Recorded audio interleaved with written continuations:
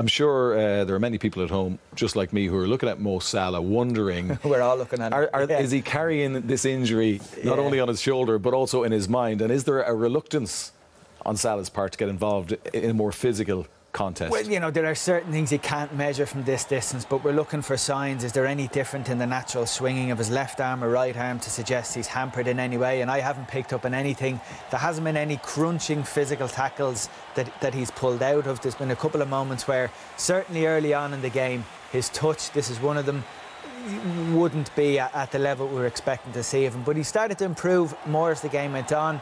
Had more of an impact, and a lot of what Egypt have done going forward has come through him.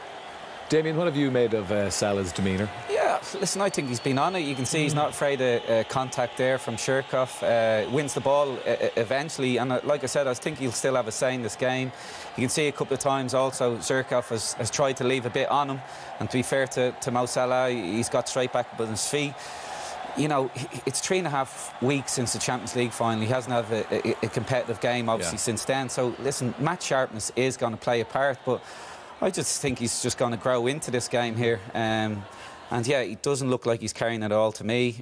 He's trying things, but listen, when you try things as an attacking player, sometimes it's not going to come off. So I'm not going to blame the shoulder and that. It just, sometimes it happens, sometimes it doesn't. But, no, he looks good. He's having more of an impact. I think he's getting better, and you never know, depending on the injury, but also depending on psychologically the player's response to the injury. Is he sitting there just delighted that he's on a pitch that a couple of weeks ago he thought he'd never get on, or is he playing in some way fearful that, you know, a collision of the wrong kind or a fall that happens awkwardly could end his World Cup again? The one thing I would say, I dislocated my shoulder twice, and when I was coming back from that, it's obviously probably a bit worse from what he's done, but like, I was afraid of contact. I didn't want anybody touching me, anybody near me, and it affected my game massive. Whereas, but for how long, Damien?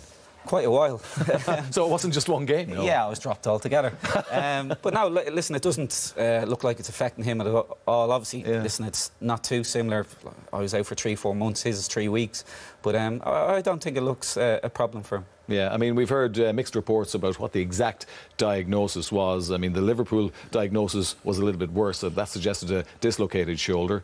The Egyptian medical staff felt it was only strained ligaments. Well, we don't know exactly what it was. But you're happy enough with Salah's performance so far? It's improved as the half went on. I mean, the importance of a player like that, it was vital, I think, for Egypt's chances of qualifying out of this group, for him to start tonight and to stay in the pitch. So it's been so far so good from an injury perspective. There's been no recurrence of that, and I think he's having more of an impact as it's gone. Yeah, well, they haven't scored a goal since the 1990 World Cup at the finals, Egypt. So if Salah gets it, I mean, he's already a national hero. He'll go into stratospheric proportions altogether.